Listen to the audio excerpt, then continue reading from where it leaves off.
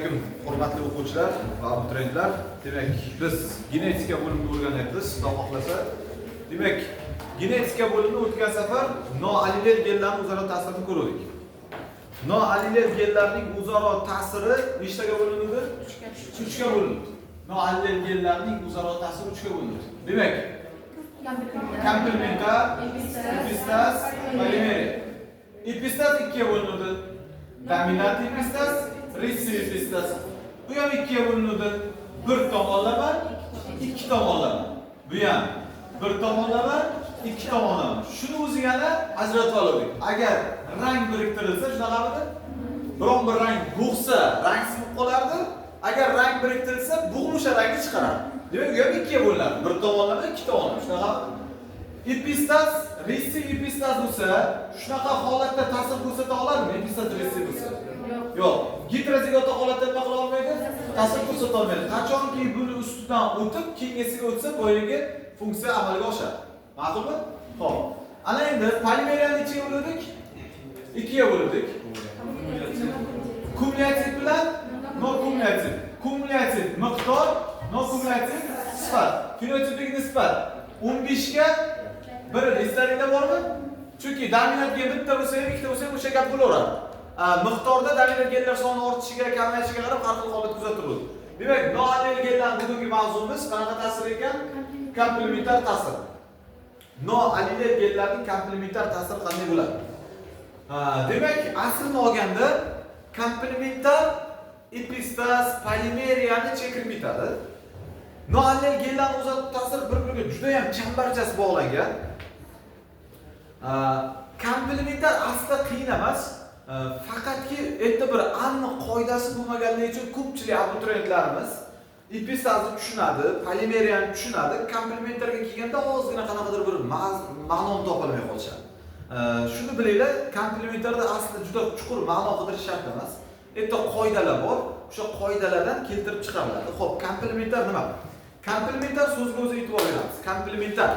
Komplementar degani biron bir asosga, asosiy narsaga yondosh qo'shimchalar qo'shib komplement qilamiz. Misol uchun komplementarga men sizlarga aytadigan bo'lsam, agar sen uyda tuxum qavrishing mumkin. Ya'ni tuxumni qavrasan-da, tarelkaga solasanda o'tirib non bilan yeysan. Vilkasidan yemaysan, non bilan botirib qo'ling bilan yeysan. Bu qaysi ma'noda bu komplement emas. Komplement qanday? Tuxum qavirding, tuxumni alohida chiroyli idishga solding. Tuxumni idishda ziylarni salatlar bilan, ketchuplarni, smaylchani qo'ydingda, tushunyapsizmi? O'tirganingdan keyin dasturxon, sen dasturxonsiz o'tiraverarding. Sen endi dasturxon yozding. Dasturxon ham chiroyli, tushunyapsizmi? Dasturxon ham chiroyli, salfetka olding, hattoki hidli salfetka olding. Prostoy salfetka ham emas, tushunyapsizmi? Keyin o'rtaga vazani qo'ydingda, ikkita gulni qo'ydingda, bitta qo'shiqchani qo'yib, ana endi tuxumni vilka pichoqchalarda kesib, salfetkalar qilib o'zi kallanglar ketdi o'zi. Mana bu nima bu? Sen tuxumni komplement qilding. O'rtada asosiy narsa o'zi nima edi o'zi? Tuxum edi, oddiy tuxum edi. Sen shuni san'at darajasiga olib chiqib, vilka pichoqlar qilib, salfetkalarni taqib, qo'shiqchani qo'yib, endi shunaqa rohatlanib yeysan, u umuman boshqa tema. Mana bu komplement deyiladi. Tushunyapsizmi? Shoirlar ham ko'pincha misol uchun qizlarga hatto qo'shiq yozadi. Sochi kar demaydi-ku. Endi komplement qiladi. O'zlari ham tushunyapsizlar. Endi men teskasini aytyapman-da, misol uchun. Tushunlaring-ku? Demak, shoirlar ham bitta narsaga aytmoqchi, o'sha narsani nima qilib beradi? Komplement qiladi. Ko'zi deydi, ohu deydi, sochi bir balo deydi, endi u aytib bo'lmaydi. Aytadi, O'zbekistonda ham komplement qilishimiz mumkin. O'zbekistonda ham komplement, buloqlar bor, tog'lar bor. Komplement nimaligini bilyapsizmi hozir? Tushunyapsizmi? Komplement.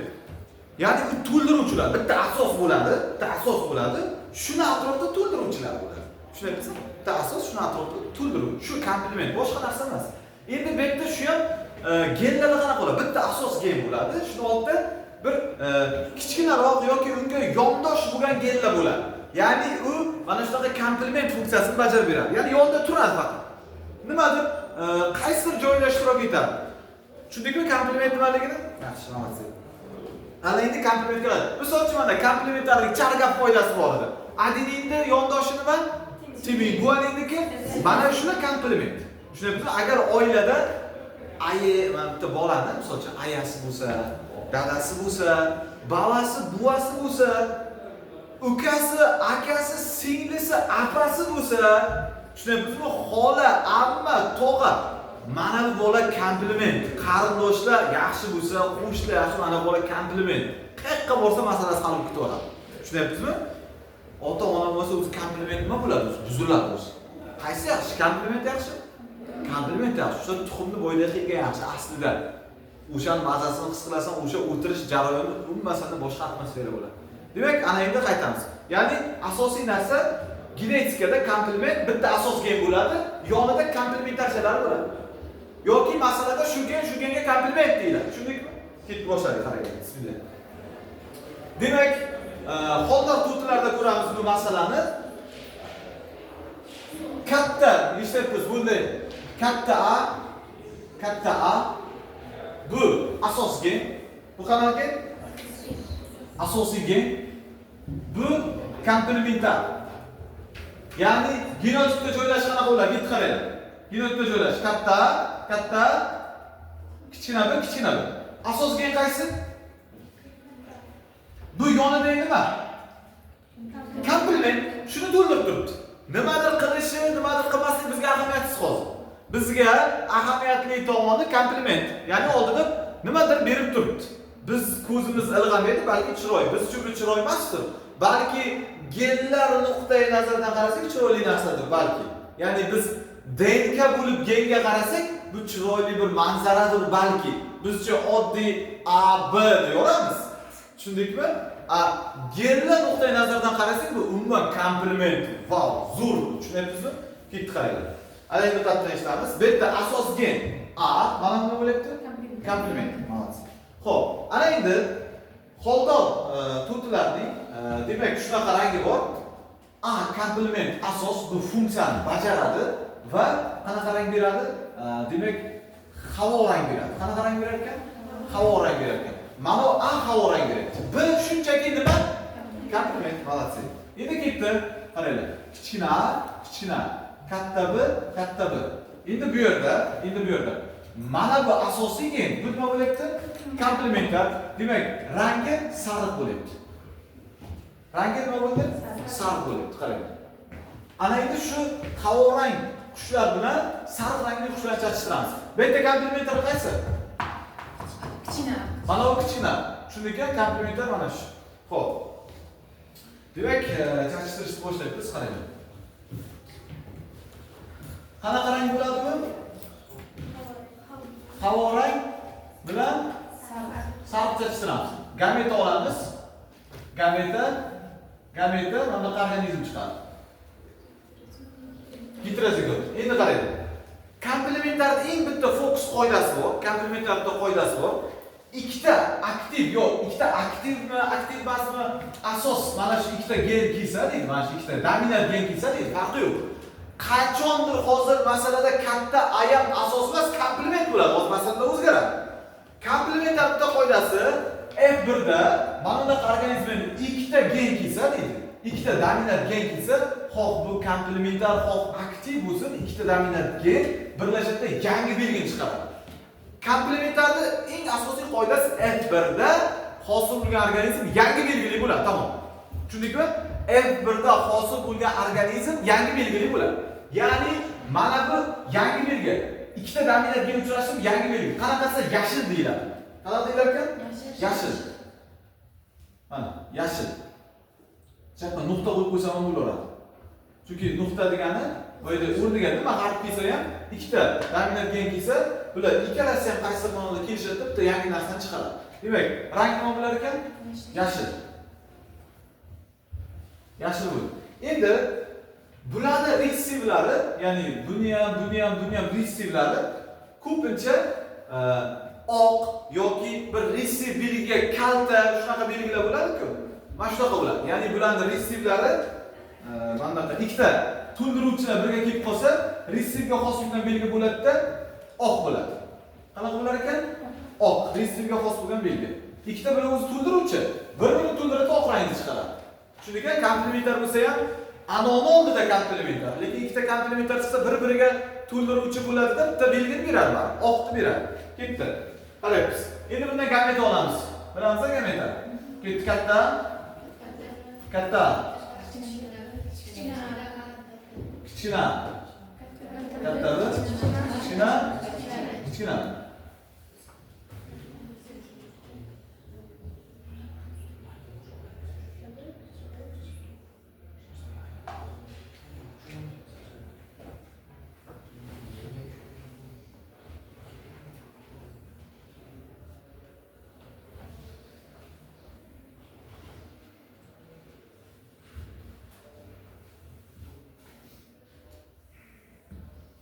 Xo'p, demak, biz bilamiz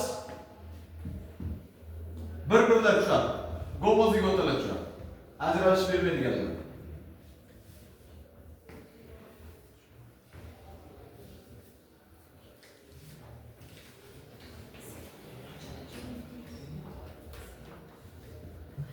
Shunday? Adashib ketsam aytadi. Shunday? Digitrazigota.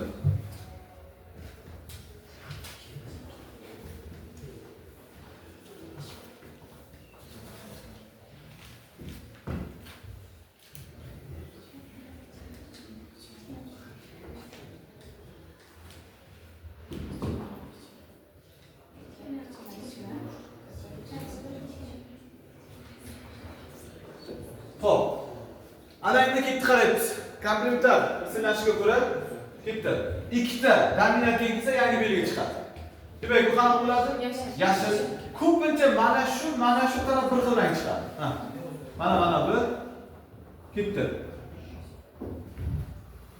Qanaqa rang bo'ldi? Yashil. Nechta yashil bo'ldi? Nechta yashil? 9 ta yashil. Demak, yashilimiz 9 ta ekan. 9 ta. Ketdi. Mana qanaqa?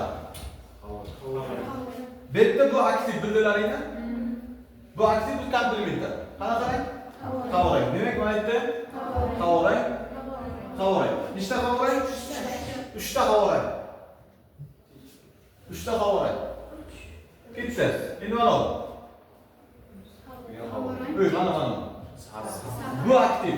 Sariq? Sariq. Birliga bitta dominantga aktiv. Demak, sariqdan 3 ta. Fenotipik nisbat 9-9-3-1. 9-3-3-1. Komplementar irsilanishda qoida, birinchi qoidasi ikkita noanilgen alohida kelganda, ikkalasi ham aktiv deydi. Ikkalasi ham aktiv va ikkalasi har xil belgini hosil qiladi. Ikkalasi ham aktiv, ikkalasi ham har xil belgini hosil qiladi. F1da hosilga avlod ikkita dominant gen uchrashadida har doim F1da yangi organizm chiqaradi. Ya'ni ikkita dominant genlar uchrashganda yangi belgi chiqardimi? Qoida shunday. Nima qoidani qaytaramiz? Ikkita noallergen dominant genlar alohida ikkalasi ham aktiv. Bir xil aktivmi, har xil aktivmi? Har xil aktiv. Ya'ni bu boshqa rang, bu boshqa rang. Har xil aktiv. Tushundingmi? Ikkita dominant gen birga kelsa yangi belgi, resivlar, ya'ni komplementarchilar birga kelsa oq. Qoida shunaqa. Shunisiga necha chiqar ekan? 9-3-1. Sinf nechta bo'ladi? Genotipik nisbat 4 ta 1, 4 ta 2, bitta 4. Shu bilan sinf 9 ta. Aqlmi? Endi qaraylik. Bu komplementar irsilanish. Qoidasi 9 ga 3 uchli qoidasi shunaqa. 9 ga 3 uchli qoidasi shunaqa. 9 3 3 1. Qoida ikkita dominant gen alohida kelsa aktiv. Ikkita dominant gen alohida kelsa aktiv. 9 3 3 1 da qoidasi shunaqa. Birinchi qoida qaraylik. Endi ikkinchi qoidaga o'tamiz. Bu birinchi qoida. Ikkinchi qoida qaraylik. Endi shunaqa bo'ladi. Ikkita dominant gen alohida kelganda ikkita dominantga alohida kelganda ikkalasidan bittasi aktiv bo'ladi. Mana bu komplement, bir-biriga komplement bo'lib oq rang beradi. Tushundingmi? Qaytaraman. Ikkita dominantga alohida kelganda, ikkalasidan nechtasi aktiv? Bittasi aktiv. Bu nima bo'ladi desa, bu komplement, bir-biriga komplement bo'ladi. Ya'ni bu asos bo'lmaydi. Komplement bo'ladi, bir-biriga komplement bo'lib oq rang beradi. Tushundingmi? Chunki bu noaktivda. Endi fenotip o'zgaradi. Qoida o'zgaradi chunki. Ketdi fenotipni ko'ramiz. Mana buni qarang. Qoida bo'yicha endi nima bu? Bu sariq oq. Tushundingmi? Ketdi. Har doim komplementlarda ikkita dominant genlar uchrashsa, ular yangi rang. Qoida shunaqa, komplementlarda F1 da ikkita dominant kelsa, ular yangi belgini chiqaradi. 90% holatda. Ketdi. Qarang. Yashil. Yangi belgi ikkita dominant kelsa, yashil. Bu qaranglar. Mana aktiv bo'ladimi, aktiv bo'lmaydimi, farqi yo'q. Ikkita dominant keldi, bu yangi belgi chiqadi komplementlarda. Hozir aytish mumkin. Nimaga mana hozir aktiv deyapsiz-ku? Nimaga ikkalasi kelsa endi bunday qilyapti desa, qoida shunaqa. F1 da komplementlarda ikkita dominant kelsa, har doim yangi belgi chiqadi. 90% masalalarda shunaqa. 100% emas, 90% shunaqa. Tushundingmi? Xo'p, rangi qanaqa ekan buni? Yashil. Ketdi. Yashil. Mana bunaqa chiqadi, 9 tadi yashil. Endi mana qanaqa? Havo rang. Mana-chi? Mana bu? Buchuk. Bu? Mana bunga oq chiqyapti, bilasizmi? Chunki asos gen, boya asosidir. Hozir asosmi bu? Yo'q, ya'ni katta B hozir asosmi? Bu ikkovi bir-biriga nima bo'lyapti? Shunchaki asosga yo'q. Ikkita naboratlar komplement to'ldiruvchi sifatida qaraydi bir-biriga. Tushundingmi? Shuning uchun nima bo'lib qoladi bular?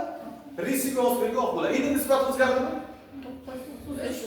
9 3 4. Sinf genotipik nisbat 4 sinf 9. Xo'p, qoida. Hozir men buni aktiv qildim-ku. Sizlar xohlasangiz buni ham aktiv qilsalaringiz bo'ladi. Ya'ni masalada aytadi. Men hozir A deganim har doim A aktiv emas. Ikkalasi bittasi aktiv. Xullas ikkita noalilarga dominant genlar alohida kelganda ikkalasi bittasi aktiv deyiladi, bittasi funksiyasi o'chiriladi. Demak, katta, kichkina, katta. Dumaloq tomonga chizib qo'yaman. Aqlmi? Xo'p, endi qoida yana o'zgaradi. Uchinchisi ketib qarang. Qoida o'zgaradi. Qoidaga ko'ra ikkita noaniq genlar, ikkita asosiy noaniq dominant genlar alohida kelganda ikkalasi ham aktiv bo'ladi. Ya'ni u ham aktiv gen emas. Bu ham A gen aktiv gen emas, dominant. Katta B ham aktiv gen emas. Ikkalasi ham hech balon yuzaga chiqarmaydi. Ya'ni komplementcha bo'lib turadi ikkalasi ham. Yonida shey bilan birga oq chiqara oladi. Komplement o'zini qanaqadir rangi bo'lmasa oq beradi. Ko'pincha e'tibor berayotgan bo'lsa, epistaza ham shunaqa. To'g'ri? Xo'p, ana endi nisbat o'zgaradi. Komplementlar qoida bo'yicha ikkita dominant gen birga kelsa, yashil rang. Misol uchun, yangi rangda endi. Tushundingmi? Endi fenotip nisbat o'zgaradi? Ketdi. Har doim 9 ketdi mana. Qanaqa? Oq chunki aktiv emas. Bu aktiv emas. Bu necha? 9 ga 7. 9 ga 7. Demak, ikkita dominant genlar alohida kelganda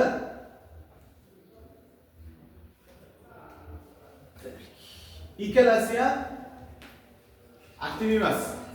Shuning uchun dumaloq qilganman ikkalasiga. Xo'p, tushunarli bo'lyaptimi? Komplementlar tushunarli bo'lyaptimi? Komplementlarda mana shu nisbatlari ko'pincha qoidalar yodlanadi. Komplementarda asosiy bir bo'yi epistazlarda bir yo'nalish bor-da. Unga ustunlik qilgan bir mazmun voqeat bor-da. Bunda komplementarda faqat to'ldiruvchi deydi bo'ldi, boshqa narsa yo'q. Faqat qayerdan biz ishlatamiz bunisi? Nazariyani o'qib, organizm genotiplarni yodlab ishlatamiz. Nisbatlarni yodlab ishlatamiz. Nisbat yodlasak, mana shu nisbatni yodlasak, katta ehtimol bilan buni osonlikcha ishlaymiz. Hattoki binet kattayi tizmasdan ishlasak bo'ladi. Nisbatlarni yodlab olsak. Masalan, o'qiysanda, bitta aktiv, bittasi aktiv desa, e'tibor bersangiz, nisbatini aniq bilasiz, nechaga yetib chiqishini foydasini desa. Faqat tushunmasak bo'ldi. Xo'p, keyingi holat, 4-holat. Xo'p. 4-holat. Qaraymiz. Ikkita noanlarga, dominantga alohida kelganda, qaraylik. Ikkita noanlarga alohida kelganda ikkalasi ham aktiv. Unda bo'yi 9 turga qaytibdi-ku. Ikkalasi ham aktivmi bo'yi 9 turda? Ikkalasi ham aktiv. Qaraylik. Faqat ikkalasi ham aktiv, ikkalasi bir xil yo'nalishda aktiv bo'ladi. Ya'ni bu ham aktiv. Tillarni beradi. Bu ham tillarni beradi. Ikkalasi bir yo'nalishda aktiv bo'ladi. Tushundingmi? Bo'yiga qaraylik. Eshitdinglar? Bo'yi 9 turda noanlar dominantlar ikkalasi ham aktiv, turli yo'lda aktiv edi. Keyin ikkita noanlar kelganda ikkalasi ham noaktiv edi. Tushundingmi? Tushunarli qaranglar. Bo'yi qaytaraman. Noanlar dominantlar ikkalasi alohida kelganda aktiv, turli yo'lda aktiv. Ikkita noanlar dominantlar kelganda ikkalasi ham noaktiv. Tushundingmi? Ikkalasi ham pastga ketdi. Endi ikkita noanlarga dominant kelganda ikkalasi ham aktiv, bir yo'nalishda aktiv. Tushundingmi? Bir yo'nalishda aktiv. Demak, 9 turda alohida kelganda aktiv, turli yo'nalishda aktiv, alohida kelganda noaktiv, alohida kelganda aktiv, bir yo'nalishda aktiv. Tushundingmi? Shunda formula. 1 2 3. Ma'qulmi? Yaxshi. Ana endi nisbat o'zgaradi. Ya'ni ikkalasi ham aktivmi? Misol uchun olaylik. Tillarni beradi olaylik. Ikkalasi ham bir yo'nalishda aktiv. Qana qarang. Tillarni. Xo'p. Tillarni deylik. Ma'qulmi? Ketdi, endi ko'ramiz. Endi fenotiplarga ta'sir ko'rsatadi albatta. Qanaqa? Yo'q, qarang. Alohida kelganda ko'rasizmi? Qoida bor komplementarda. Noanlarga dominant ikkalasi birga kelsa, yashil ikkala. Bular hozir alohida kelganda, kelganda aktiv, faqat qanaqa yo'nalishda? Bir yo'nalish. Hozir ikkalasi birga kelsa, men hozir aytibman-da, ikkita dominantga alohida aktiv, bir yo'nalishda aktiv. Qoida bor komplementarda o'zi. Ikkov birga kelsa, har doim nima chiqaradi? Yangi birga chiqaradi. Bo'yi unutiladi, ikkov birga kelsa, yangi narsa kelib chiqaradi. Tushundingmi? Demak, mana bu qanaqa rang bo'ladi? Yashil. Komplementarda ikkita dominant kelsa, har doim yangi rang. Ketdi. Yashil. Mana bu. Tillarang. Mana bu. Tillarang. Mana bu. Hozir bu noaktivmi? Aktivmi? Hozir aktivmi? Bu ham aktivmi? O'zicha. Ikkalasi ham aktiv. Ikkalasi ham yo'nalishi nima? Qanaqa yo'nalish beradi ku? Ikkalasi ham aktiv. Aktiv, faqat yo'nalish bir xil ekan. Tushundingmi? Demak, tilla manochi? Manochi? Ayam aktiv, bir ham aktiv, bitta yo'nalishda aktiv. Yo'nalishi bir xil aktiv. Tushundingmi? Buchi? 9 Demak, qoida 9 6 1. Fenotipik sinf 3ta.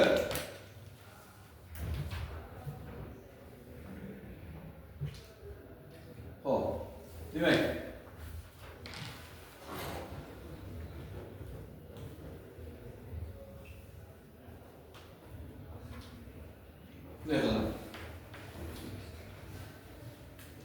Aktiv, aktiv. Bir yo'nalishga qilib qo'ydim. Tushundingmi?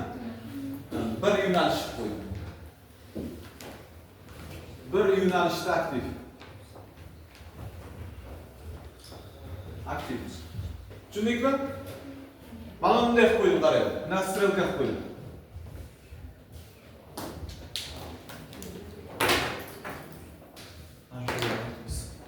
Mana bunday qilib qo'ydim. Tushundingmi? Turli yo'nalishda aktiv. Manachi? Mana 9-tur. Pastga qilib qo'ydim strelka. Tushundingmi? Ikkalasi ham yo'q, bittasi yo'q. Yo'q, bittasi aktiv. Bittasi aktiv. Faqat ana bitta qilib qo'ydim. Tushundingmi? Bittasi aktiv. Manachi? Ikkalasi ham no aktiv. Mana bu ikkalasi ham mana bir yo'nalishda aktiv. Strelka ham tushunarli? Bitta pastga, mana pastga. Bu aktiv mana dumalab olib qo'yganman-da. Bular dumalab olmagan. Bular qiymasmi? Demak, komplementar irsilanish noanilganlar o'zaro ta'sir tugadi. Dog'lasa. Narigida yana bitta DTM darajasida tushadigan mavzuimiz qoldi. Ya'ni Hardivaynda. Keyin allelgenlar bilan modifikator kichkina mavzucha bor. Narsani xudo olsa tushuntirib olishga harakat qilaman. Tushunarli? Komplementar tushunarli bo'ldi. Binamadik. Qoidasini yodlab olish kerak, tamom. 3 ta qoida, 4 ta qoidani yodlab olish kerak. Pinet ham tizib o'tirmaysan. Katta ehtimol bilan xudo xolasa. Pinet tizib o'tirmay, birato'la javob chiqarib ketasan xudo xolasa. Ma'qulmi?